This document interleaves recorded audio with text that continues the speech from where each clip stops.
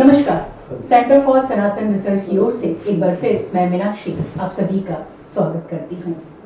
आज एक ऐसी शख्सियत हमारे साथ मौजूद है जो किसी परिचय का मोहताज नहीं है, जिसका नाम लेने मात्र से ही ऐसा लगता है कि राम हमारे घर आ गए हैं। समझ तो आप गए ही होंगे क्योंकि समझदार बहुत हैं आप। जी हाँ, बात कर रहे हैं सुप्रसिद्ध गायिका स्वाति मिश्रा की। तो देर नहीं करते हैं, सीधे आपसे उनकी मुलाकात करवाते हैं। स्वाति जी, हमारे कार्यक्रम में आपका बहुत बहुत स्वागत है। और धन्यवाद इतना प्यारा इंट्रोडक्शन देने के लिए। और किसी भी लोग कहते हैं ना, प्यारा इंट्रोडक्शन इसलिए था क्योंकि सूरज को दिया दिखाना बेईमानी होता है, और आज आप सूरज की तरह चमक रही हैं। तो शुरुआत वहीं से करेंगे। एक खूबसूरत सी बच्ची ने एक छोटे से जिले में, जैसे छपरा कहते हैं, वहां जन्म लिया। तो जो आपकी परवरिश रही वो किस माहौल में रही, कैसे कैसे रही, वहां से शुरू करेंगे।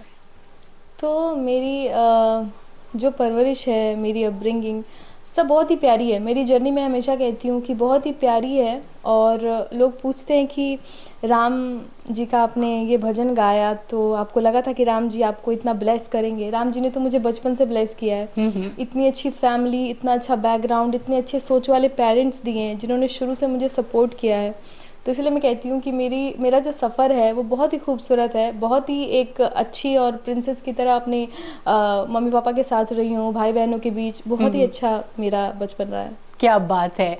हर लड़की का ये सपना होता है कि ऐसे ही पेरेंट्स, ऐसा ही परिवार, ऐसा ही माहौल उसे मिले कि वो जो कुछ भी अपनी ज़िंदगी में हासिल करना चाहती है वो उसे मिले। अब बात सीधे वही करते हैं, मेरी झोपड़ी के राम आ जाए हैं।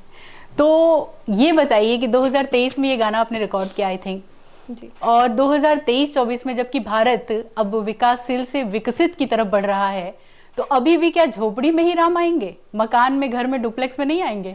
जी, यहाँ झोपड़ी का मतलब ये है कि अगर भगवान को आपको बुलाना है तो आपके पास भले ही कितने भी मंजिला मकान हो, करोड़ों की मकान हो, अगर भगवान को बुलाना है तो आपको अपने करोड़ों के मकान को झोपड़ी ही दिखाना पड़ेगा, क्योंकि उनके आगे क्या बड़ा क्या छोटा है।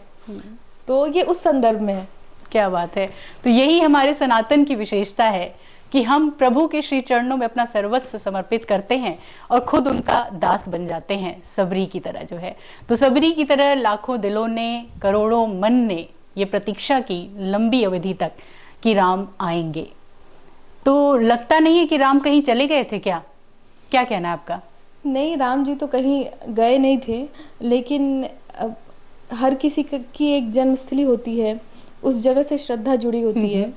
तो जिस जगह से हम हमेशा रामायण देखते आए हैं या पढ़ते आए हैं कि राम जी अयोध्या से हैं और वहाँ पे उनकी मूर्ति नहीं थी, तो कहीं ना कहीं जो लोग राम जी को प्यार करते हैं उनकी भावनाएं तो कई सालों से आहत होती आ रही हैं। क्योंकि आप जहाँ जन्म लेते हो वहाँ पे तो आपकी पहचान एटलीस्ट होनी चाहिए। भले ही पूरे देश के मन में हैं आप, पूरे सनातनी के मन में है राम जी, लेकिन एक स्थान उनका जहाँ जाके लोग साक्षात दर्शन कर सके तो वो नहीं था।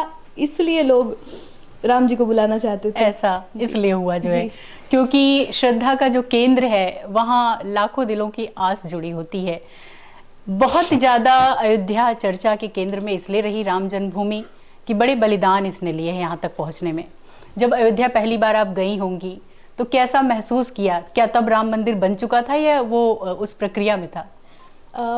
नहीं, उस प्रक्रिया में था। मैं गई थी दिसंबर में और जब मैं गई थी वहाँ पे तो मुझे ऐसा महसूस हो रहा था कि माय गॉड, मैं कहाँ आ गई हूँ। मैं उस जगह पे आ गई हूँ जिस जगह की वजह से आज पूरे देश में लोग एकता आ गई है राम जी के नाम से। मैं उस जगह पे बिल्कुल सही। और मैं गई वहाँ तो मैंने सबसे पहले वहाँ प्रणाम किया उस धरती को जहाँ पे मेरे राम जी कभी रहे होंगे या फिर अभी भी हैं। तो बहुत ही अद्भुत फीलिंग है वो। जो फीलिंग आपको अयोध्या जाके होती है ना, वो फीलिंग आई थिंक कहीं जाके नहीं होती है। ऐसा लगता है राम जी साक्षात आपके साथ चल रहे हैं, उठ रहे हैं, बैठ रहे हैं। क्या बात है। तो किसे श्रेय देंगे आज जिस मुकाम पर, जिस ख्याति पर, जिस उपलब्धि पर आप हैं और दुनिया में आपकी चर्चा है, और वो भी बहुत कम समय में, बहुत कम लोगों को ऐसा सौभाग्य प्राप्त होता है। तो ये श्रेय किसे जाता है? माता पिता को, खुद स्वाति मिश्रा को, या हमारी जो मौजूदा सरकार है मोदी जी को, या प्रभु श्री राम को? सबसे पहले तो श्रेय जाता है, सबसे ऊपर श्रेय जाता है श्री राम जी को जाता है। उसके बाद ऐसा है ना कि कोई भी इंसान लाइफ में कुछ भी करता है ना, कुछ भी सक्सेस पाता है, उसके पीछे किसी एक इंसान का हाथ नहीं हो सकता है, बहुत सारे लोगों का हाथ होता है। मैं तो अपना तो मैं कुछ मानूंगी ही नहीं। मैं मानती हूँ कि जो मैंने किया उसमें सबसे ऊपर प्रभु श्री राम ही है। उसके बाद मेरी फैमिली है, मेरे फादर हैं जिन्होंने संघर्ष करके, लोगों से लड़ के मुझे म्यूज़िक सिखाया, इस फील्ड में आगे बढ़ाया। तीसरे और सबसे इम्पोर्टेंट पार्ट है जो लोग मुझे प्यार करते हैं, जो लोग मुझे मेरा गाना पसंद करते हैं, शेयर करते हैं, इतना ज़्यादा सुनते हैं। तीसरे वो लोग हैं। और भी बहुत सारे इसके कारक हैं, जैसे आप कहें कि जैसे हमारे माननीय प्रधानमंत्री मोदी जी हैं, उन्होंने शेयर किया, उसके बाद तो बूस्ट हो गया बिल्कुल भी। तो बहुत सारे अलग अलग रीजंस हैं, कोई एक इसका क्रेडिट नहीं ले सकता है। तो ये जो प्रभु श्री राम में वैसे तो बहुत सारे भक्ति गीत आपने गाए हैं, लेकिन ईश्वर के प्रति जो आस्था और श्रद्धा है, तो क्या ये भक्ति भाव बचपन से ही रहा या ये जो राम की लहर थी ये उसका असर था? मेरे ख्याल से इस क्वेश्चन का आंसर देना थोड़ा मुझे ये लगता है कि लोग मुझसे पूछते हैं कि हाँ ऐसा राम जी का लहर चल रहा है इसलिए राम जी का गाना गा रही हो ये वो। तो उस टाइम तक जिस समय मैंने इसको अपलोड किया था गा के, उस समय ऐसा कुछ इतना जोर नहीं पकड़ा था इसने। उस समय दिवाली के पहले की बात है ये, उस समय राम लहर ने इतना जोर नहीं पकड़ा था। तो अब श्रद्धा नई नई आई है कि पुरानी है, इस पे भी बता दूं कि जो लोग यूपी बिहार से हैं या फिर ऐसे लोग जो कि ऐसे जगह से बिलोंग करते हैं जहाँ पे छठ पूजा होती है, तो अगर आप सोचिए कि आप ऐसे जगह से बिलोंग करते हैं जहाँ पे आप इतने छोटे से जब रहे होंगे या फिर हो सकता है माँ के पेट में भी रहे होंगे और आपके घर छठ पूजा हो रही है, इतनी श्रद्धा, महापर्व उसको कहते हैं। तो जब हम वैसे माहौल से निकल के आते हैं तो श्रद्धा तो आपको आपके मदर के वूम में ही मिल जाती है। बिल्कुल। तो बाहर निकल के तो श्रद्धा आएगी ना भगवान जी को लेके। तो चाहे कोई भी स्वरूप हो, वो छठी मैया हो, चाहे वो शिव जी हो, राम जी हो, कृष्ण जी हो, माता रानी हो, कोई भी हो, श्रद्धा तो है ही बचपन से। बिल्कुल। तो श्रद्धा बचपन से ही रही है, लेकिन एक उम्र आपकी जो अभी है और जो ये सजने संवरने की उम्र होती है जो है, और सौंदर्य बोध बहुत ज़्यादा चरम पर रहता है, तो ऐसे में ये जो भक्ति भाव है आपका, ये इससे आप विभूषित भी हो रही हैं, लेकिन साथ ही साथ क्या कहीं मन के किसी कोने में कोई राजकुमार भी बसा है क्या? ये जो समय चल रहा है ना, ये पूरा का पूरा समय मेरा म्यूजिक की तरफ केंद्रित है, क्योंकि अभी इस बात को झुटलाया नहीं जा सकता है कि करियर भी इससे मेरा बहुत बूस्ट हो गया है। लोगों का प्यार, लोगों का काम लाइफ में बहुत ज़्यादा अट्रैक्ट हो रहे हैं। तो अभी तो पूरा का पूरा जो समय है, फोकस है, वो म्यूज़िक की तरफ है। और जो ये फेज़ है लाइफ का, वो भी आता है, सबकी लाइफ में आता है, मेरी लाइफ में भी आएगा। जब आएगा तो बताऊंगी ज़रूर। यानी अभी नहीं आया है। तो जो हमारे युवा दिल हैं जो देख रहे हैं, उनकी आशा बधी हुई है, यानी कि हो सकता है कि कहीं उनमें से एक मैं ही ना हूँ जो है, मेरा ही कहीं वो भाग्य न किस्मत न खुल जाए। तो ऐसा जवाब देके आपने बहुत दिलों की धड़कनें बढ़ा दी हैं कि अभी ऐसा कुछ नहीं है। मैंने तो बोला जो सच्चाई है वो बोला। बिल्कुल। तो अभी जब काशी में आप हैं और काशी से आपका गहरा नाता रहा है, क्योंकि आपकी शिक्षा दीक्षा का एक महत्वपूर्ण पड़ाव ये काशी क्षेत्र रहा है, काशी हिंदू विश्वविद्यालय। और जब आप यहाँ आती हैं तो हमने ये भी सुन रखा है कि आप ज़रूर अपने विद्या भूमि पर जाती हैं और आसपास के वातावरण से भी आपका बहुत जुड़ाव है। तो वो थोड़ा सा हम शेयर करना चाहेंगे, उन दिनों को थोड़ा याद करना चाहेंगे आज। तो 2018 में मैं आई थी यहाँ पे। मेरा बहुत मन था कि मैं किसी अच्छे जगह से म्यूज़िक की शिक्षा लूँ, और ऐसा हुआ भी। मैंने बहुत कुछ सीखा अपने फैकल्टी से, BHU से बहुत कुछ सीखा।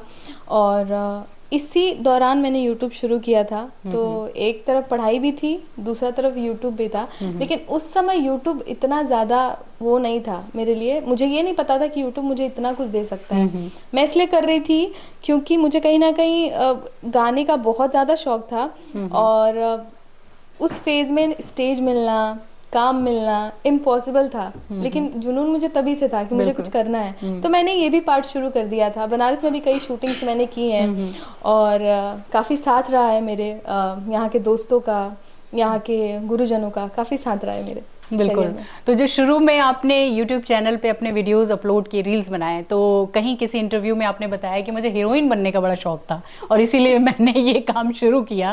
तो ये जानना चाहते हैं कि अगर आपको अपॉर्चुनिटी मिले, किसी फिल्म से ऑफर ये आए, हो सकता है अब तक आ भी गया हो, तो क्या अभी भी आप हीरोइन बनना चाहेंगी या सिर्फ एक गायिका ही बनने रहना चाहेंगी? नहीं नहीं, मैं गायिका ही बने रहना चाहूंगी। हीरोइन वो होता है ना, मैं आपको बताती हूँ हीरोइन की कहानी क्या है। जब मैं छोटी थी और जब स्क्रीन पे मैं देखती थी कि कोई गा रहा है, तब लता जी का चेहरा सामने नहीं आता था, आशा जी का नहीं आता था, किसी एक्ट्रेस का आता था।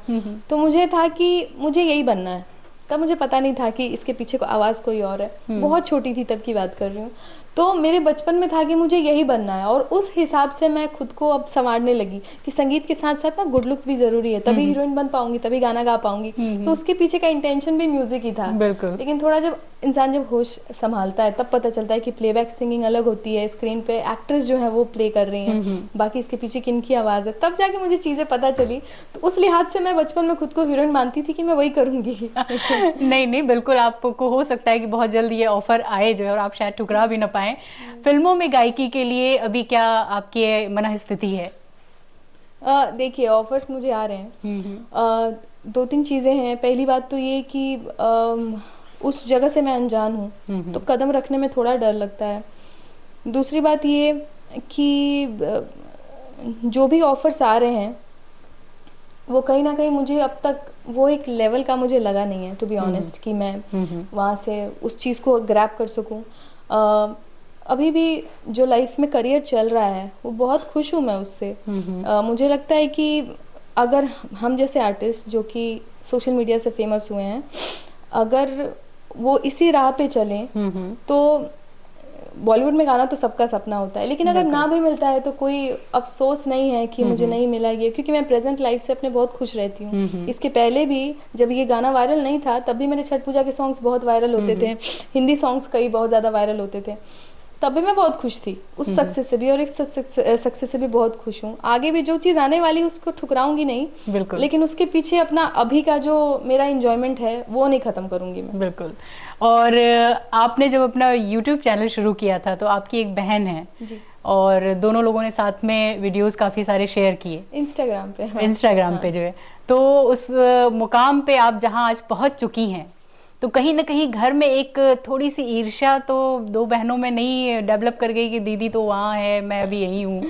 अभी अगर आप मेरी सिस्टर को फ़ोन करेंगी ना, वो इतनी एक्साइटेड होकर बात करेगी ना कि आपको, मतलब ये क्वेश्चन मैं जानती हूँ कि ये क्वेश्चन बहुत सारे लोगों के मन में आता होगा। और एक चीज़ मैं भी ये भी कहना चाहती हूँ कि अभी ऐसी चीज़ें हो रही हैं कि मेरी छोटी बहन जहाँ भी जा रही है वहाँ लोग उसको कंपेयर कर देते हैं कि अपनी दीदी जैसा कुछ करो, ये उसके जैसा नाम करो, ये करो। उन सब लोगों को मैं कहना चाहती हूँ कि अब ये जो चीज़ें हैं, ये जो बातें हैं, बहुत ओछी बातें हैं। हर किसी का करियर, हर किसी का पाथ, हर किसी का अपने लाइफ जीने का तरीका अलग होता है। हो सकता है उसको लाइफ में ये सब नहीं चाहिए। मुझे इतना कुछ तो नहीं चाहिए था, बट एज अ कलाकार मुझे लोगों का प्यार चाहिए था, वो मिल रहा है। अब उसको अपने करियर में क्या चाहिए कंपैरिजन करके, क्योंकि मेरी फैमिली में बहुत प्यार है। अब बिलीव नहीं, आपको लगेगा कि झूठ बोल रही है तब से, लेकिन मेरी फैमिली में बहुत प्यार है। इतना भी ईर्ष्या नहीं है किसी को किसी से, हम 4 भाई बहन हैं, इतना भी ईर्ष्या नहीं है। सब इतने सपोर्ट करते हैं, सब इतना प्यार करते हैं। और उसमें अगर आपकी छोटी बहन कहीं भी जा रही है, उसको लोग, क्योंकि वो भी है मम्मी पापा के साथ ही है घर पे, मैं तो मुंबई में हूँ, ट्रैवल कर रही हूँ, लेकिन वो है तो उसको लोग कंपेयर कर देते हैं। तो मुझसे बात शेयर करती है और हंसती है इस चीज़ पे, बुरा नहीं मानती है। वो बहुत पॉजिटिव एनवायरनमेंट है फैमिली का आपके। तभी मुझे लगता है कि जिस तरीके का सक्सेस मुझे मिल रहा है ना जिंदगी में, उसके लिए ये पॉजिटिव एनवायरनमेंट ही बहुत ज़्यादा काम करता है। अगर मैं नेगेटिविटी में पली बड़ी होती या फिर भाई बहन में ईर्ष्या ये चीज़ हो रही होती तो इतनी खुश होकर मैं यहाँ बैठी नहीं होती। ऑब्वियसली जो है एक चर्चा तो नहीं कहेंगे इसे, चर्चा तो नहीं है, लेकिन सरगोशी है, कानाफूसी है मित्र मंडली में महिलाओं के। और वो चर्चा ये है कि राम को ही झोपड़ी में क्यों आपने बुलाया, सीता कहाँ रह गई? तो बात ये है कि जब राम जी आएंगे, तो जब सीता जी वनवास उनके साथ गई थी, तो अगर राम जी किसी भक्त के यहाँ जा रहे हैं तो माता सीता कैसे नहीं आएंगी? तो राम जी के साथ जब उनकी अर्धांगिनी का नाम, राम जी का नाम आप लेते हो, तो सीता मैया और लक्ष्मण जी अपने आप ही उनके साथ आते हैं।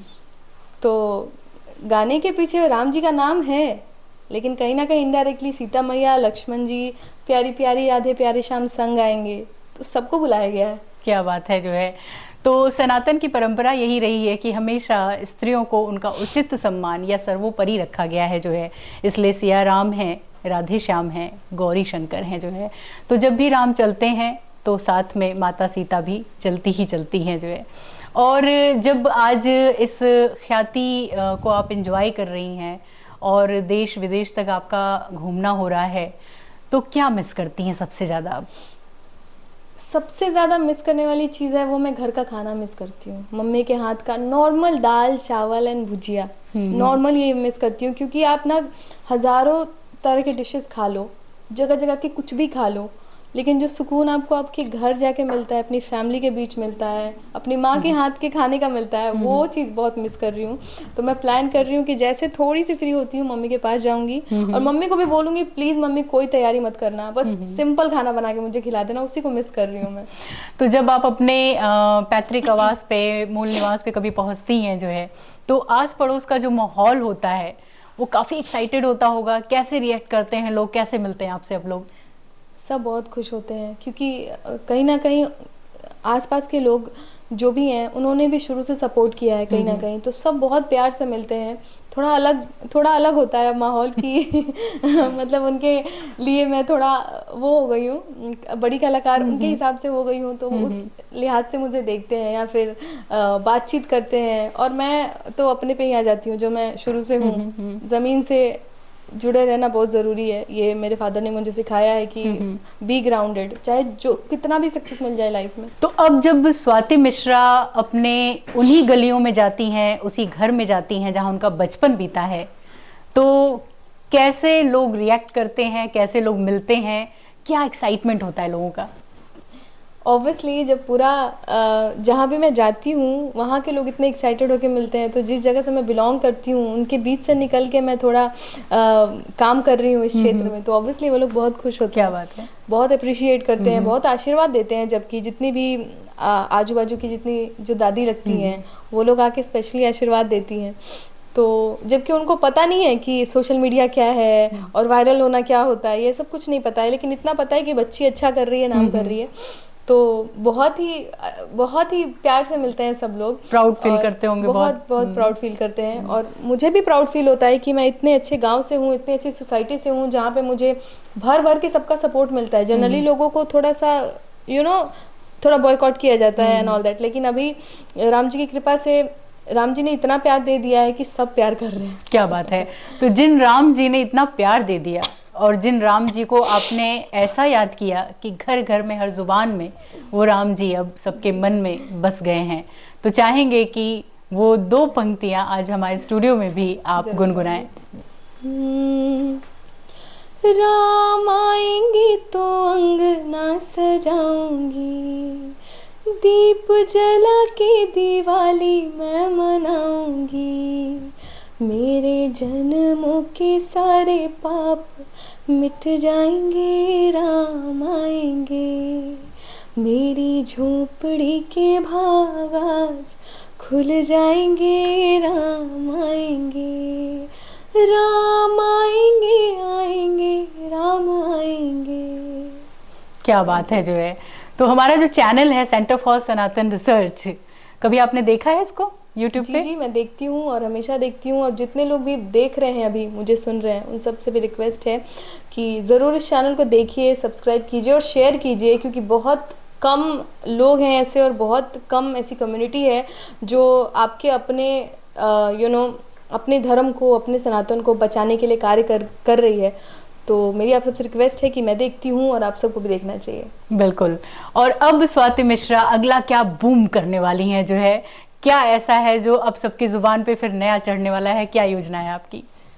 देखिए अगर ये चीज़ें प्रेडिक्टेबल होती ना तो मेरे ख्याल से कोई भी जो कलाकार बनने का सपना देखता है तो वो सपने में एक दिन प्रेडिक्ट करता है कि हाँ ये गाना गा दूंगी ना तो एकदम वायरल हो जाऊंगी। मुझे बस काम करना है बेसिकली। जैसे राम जी का भजन आया, उसके पीछे कोई लालच नहीं थी, उसको मैंने बस निश्चल मन से किया था और उसके बाद अगले गाने की तैयारी में लग गई थी, कोई उससे लालच वालच नहीं था। वैसे ही अगला जो भी काम है वो रिस्पॉन्सिबिलिटी और दिल से तो करूँगी ही, लेकिन उससे क्या रिजल्ट आएगा, कितने लोगों की ज़बान पे चढ़ेगा, ये कुछ नहीं सोचती हूँ मैं। बिल्कुल बस मैं काम करूँगी और अगर उसको प्यार मिलना होगा तो अपने आप मिल जाएगा। बिल्कुल मिलेगा, क्योंकि अब भर भर के प्यार लोगों का जैसे राम के लिए है वैसे आपके लिए है, आस्था के लिए है, श्रद्धा के लिए है और सनातन के लिए है। बिल्कुल। और जब राम की बात हुई जो है, उसके बहुत पहले से गायकी के क्षेत्र में आप रही हैं, बहुत सारे गीत आपके आए हैं। भोजपुरी गीत को लेकर के एक नेगेटिविटी माहौल में है कि बहुत अश्लील गाने गाए जाते हैं, अच्छे नहीं होते हैं जो है, लेकिन इस परिपाटी को बदलने की मुहिम शायद आपने चला रखी है। तो उस मुहिम का एक उदाहरण, एक सुंदर सा उदाहरण यहाँ पे आज आपसे फिर कहेंगे, गुनगुना के हमें सुनाएं। जी देखिए, भोजपुरी में जितने भक्ति गाने होते हैं वो तो अच्छे होते हैं, लेकिन भोजपुरी में जितने भी श्रृंगार रस के गाने होते हैं ना, वो थोड़े से, आपको भी पता है, ऐसे कभी कभी हो जाते हैं कि सुनने लायक नहीं होते हैं। और वो इतनी ज्यादा संख्या में हो गए हैं कि वही पहचान बन गई है। भोजपुरी और अश्लीलता लोग जोड़ के देखते हैं, जबकि ये दोनों चीजें अलग अलग है। भोजपुरी इतनी प्यारी लैंग्वेज है, यूपी बिहार में कुछ खास अंतर तो है नहीं। तो ज़रूर मैं सुनाना चाहूँगी श्रृंगार रस का एक ऐसा गीत जो मैंने लिखा है, और भगवान की दया से उसको लोगों ने इतना पसंद किया है, इतना पसंद किया है। 16 सिंगार कैनी तोहरे ला सांवरिया, एक बार देखा बता हो जई बाबावरिया। हो सजना सावर थोड़े थोड़े गोर लागेला, हो सजना सावर थोड़े थोड़े गोर लागेला, जैसन सोचले रहनी ओहू से बिजोड़ लागेला, हो जैसन सोचले रहनी ओहू से बिजोड़ लागेला। आहा, बहुत बहुत बहुत खूबसूरत। ये तो अपने गीत हो गए, लेकिन कोई ऐसा गीत होगा जो किसी और का गाया होगा और वो आपके मन को बड़ा लुभाता होगा, जो बचपन से ही आकर्षित करता होगा। ऐसे बहुत से गीत हैं जो जैसे शारदा मैम हो गई, कहे तो से सजना, कहे तो से सजना, ये तोहरी सजनिया, पग पग लिए जाऊं तोहरी बलैया में, पग पग लिए जाऊं तोहरी बलैया। क्या बात है। हाँ, मिस्टेक को माफ़ी की जाएगी क्योंकि मेरा गला ठीक नहीं है, तबीयत ठीक नहीं है। सो लेकिन हमारा जो थोड़ा सा मन है वो थोड़ा सा निष्ठुर है आपके प्रति। आज आपका गला ठीक नहीं है, आपने बताया, लेकिन लता जी आपकी हमेशा आइडियल रही जो है, और सारे जो भी गायकी के क्षेत्र में उनके लिए वो देवी की तरह से हैं। और उनका कोई गीत, वैसे तो बहुत सारे आपके प्रिय होंगे, मुझे मालूम आप यही कहेंगी, लेकिन कोई एक जो बहुत अच्छा लगता हो वो हम चाहेंगे आप गुनगुनाएं। बहुत सारे ऐसे गीत हैं, लेकिन उन सब में मेरा सबसे फेवरेट है लग जा गले। मतलब ये सॉन्ग ऐसा फेवरेट है, मुझे लगता है कि मैं मरते दम तक इसको अपना फेवरेट बना के रखना चाहती हूँ। इतना इतना प्यारा सॉन्ग है ये, बहुत बहुत बढ़िया जो है। और बहुत बहुत आपको सेंटर फॉर सनातन रिसर्च की ओर से बधाई, और आपका उज्जवल भविष्य तो है ही, लेकिन हम ये चाहते हैं कि जो हमारे साथी दर्शक हमें देख रहे हैं वो अपने भविष्य को, खासतौर पे युवा साथी जो हैं, लड़के और लड़कियां किसी भी क्षेत्र में हैं, उनको आप क्या संदेश देना चाहेंगी कि किस तरीके से वो अपने करियर को बेहतर बनाएं, या कैसा आचरण उन्हें अपनाना चाहिए? मैं जितने भी लोग मुझे देख रहे हैं जो करियर के लिए काफ़ी अपने सजग हैं, ये करियर के लिए सजग वर्ड मैंने इसलिए यूज़ किया क्योंकि आप किसी को कितना भी मोटिवेट कर लो, अगर वो अंदर से उसकी आवाज़ नहीं आती है कि मुझे अपने करियर में कुछ करना है, तो वो आपके मोटिवेशनल स्पीच का कुछ नहीं करेगा। लेकिन जितने लोग सजग हैं, रास्ते बनाना चाहते हैं, मैं उन लोगों से ये कहना चाहती हूँ कि बहुत ही ज़िद्दी बनना पड़ता है अपने करियर के लिए। तो ज़िद्दी बन जाइए, और थोड़े टाइम में बहुत बड़ा सक्सेस एक्सपेक्ट मत कीजिए कि अरे मैं तो कर ही रहा हूँ, मुझे तो सक्सेस ही नहीं मिल रहा। जो बहुत बड़ा सक्सेस है वो बहुत कम लोगों को मिलता है, और आप काम करते रहिए, डेफिनेटली किसी ना किसी दिन आपके काम को पहचान ज़रूर मिलेगी। और सबसे बड़ी बात कि आप जिस जगह पे हो लाइफ में, जितना कमा रहे हो, नाम हो, पैसा हो, उस जगह को एंजॉय कीजिए और खुश रहिए, क्योंकि अगर आप खुश रहेंगे ना तो खुशी अट्रैक्ट करेंगे और आगे उसको दोगुना करेंगे। तो बी हैप्पी एंड बी जिद्दी इन योर करियर। क्या बात है जो है। तो बहुत बहुत धन्यवाद, आज आपने अपना समय दिया और इतनी व्यस्तता के बीच आप हमारे स्टूडियो में आई। और सेंटर फॉर सनातन रिसर्च की ये जो मुहिम है वो आगे भी जारी रखेंगे हम जो है, ऐसी विशिष्ट शख्सियतों से आपकी मुलाकात करवाते रहेंगे। लेकिन आज के लिए इतना ही, दीजिए इजाजत, नमस्कार। Thank you so much.